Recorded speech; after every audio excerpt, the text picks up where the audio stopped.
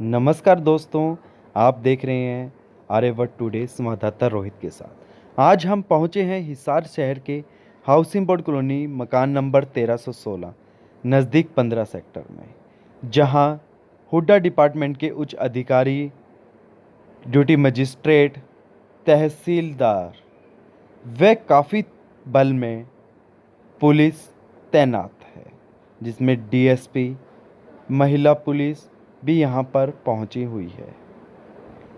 आइए अब जानते हैं कि आखिर ये मामला क्या है।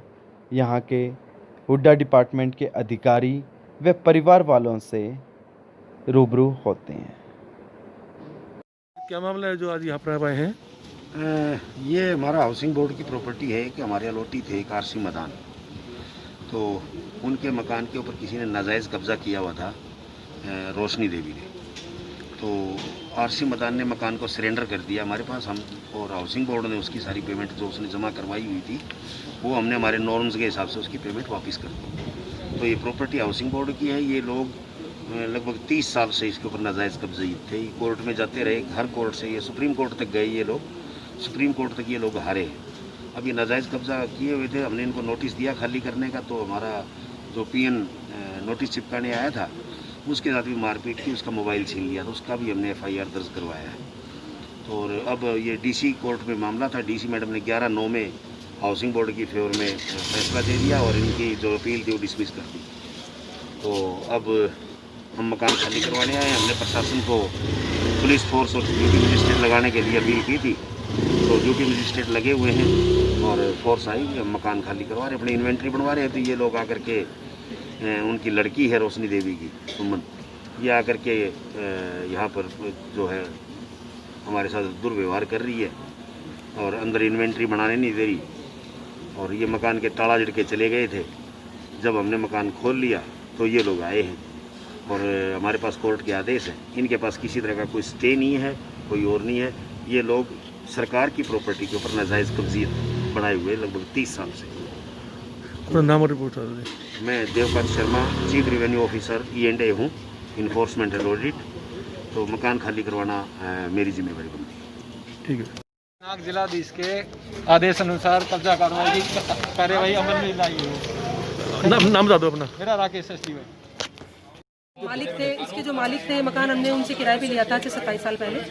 और उन्होंने उस वक्त, क्योंकि वो आसाम में रहते थे, उन्होंने बोला आप इस पे पैसा वगैरह जो कुछ आप लगा लीजिए, मैं रोज़ रोज़ आसाम से नहीं आ सकता और हम लोग उसको रेंट में एडजस्ट करवाते रहेंगे। तो बाद में मम्मी ने 1.5 साल तक सिलसिला बिल्कुल ठीक चला। उसके बाद उनकी नीयत में खोट आया, वो बोले कि भाई आप ये मकान खाली करो। मम्मी बोले भाई जो मेरे पैसे हैं आप मुझे दे दो, तो उन्होंने इस चीज़ को नहीं दिया। इस चीज़ को लेकर के मेरी मम्मी कोर्ट में कर गई। कोर्ट में मेरी मम्मी लोअर और सेशन दोनों जगह से केस जीती थी।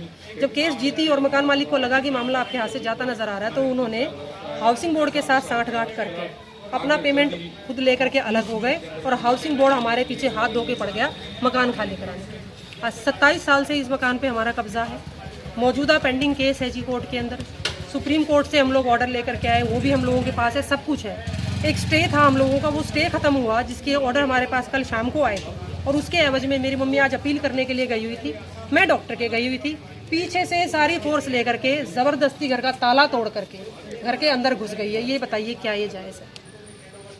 ये बिल्कुल भी जायज़ नहीं है सर। मैंने इन सब से यही जवाब मांगा कि क्या ये जायज़ है इनकी नज़र में? क्या सरकार ये कहती है किसी को घर से बेघर इस तरीके से कर दो आप? ये जायज़ नहीं है सर। ये फोर्सफुली किया गया है। मैं इस चीज़ के खिलाफ हूँ। ताला नहीं तोड़ सकते सर आप। इनके पास ताला तोड़ने का कोई ऑर्डर भी नहीं था सर। इन्होंने हमें खाली करने का भी ऑर्डर नहीं दिखाया सर।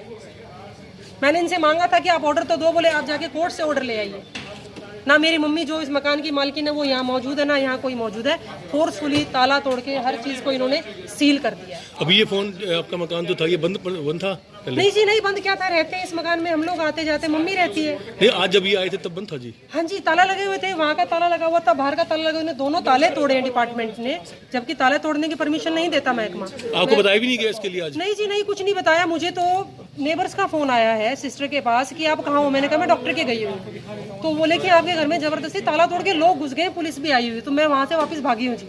जब तक मैं आई तो ये वाला ताला, मेन गेट का ताला अंदर का सारा सामान इन्होंने उथल पुथल कर दिया था और सब लोग अंदर घुसे हुए थे। अब सील करने के बाद क्या क्या कह गए हैं आपको ये ये कह के गए हैं कि कल सुबह 9 बजे इसके ऊपर फिर से कार्रवाई करेंगे, हम आपका सामान उठा करके ले जाएंगे। आपका सामान अभी अंदर ही है, सारा सामान अंदर। सामान को नहीं छेड़ा गया अभी मतलब? नहीं, अभी नहीं छेड़ा, क्योंकि 6 बजे के बाद कोई लॉ होगा, आई थिंक ये सामान नहीं निकाल के लेके जा सकते। सुबह 9 बजे ये फिर से बोल रहे हैं हम लोग कार्रवाई करेंगे। तो आप क्या कहना चाहेंगे उसके लिए उनको? मैं ये कहना चाहूँगी सर, ये नाइंसाफ़ी है।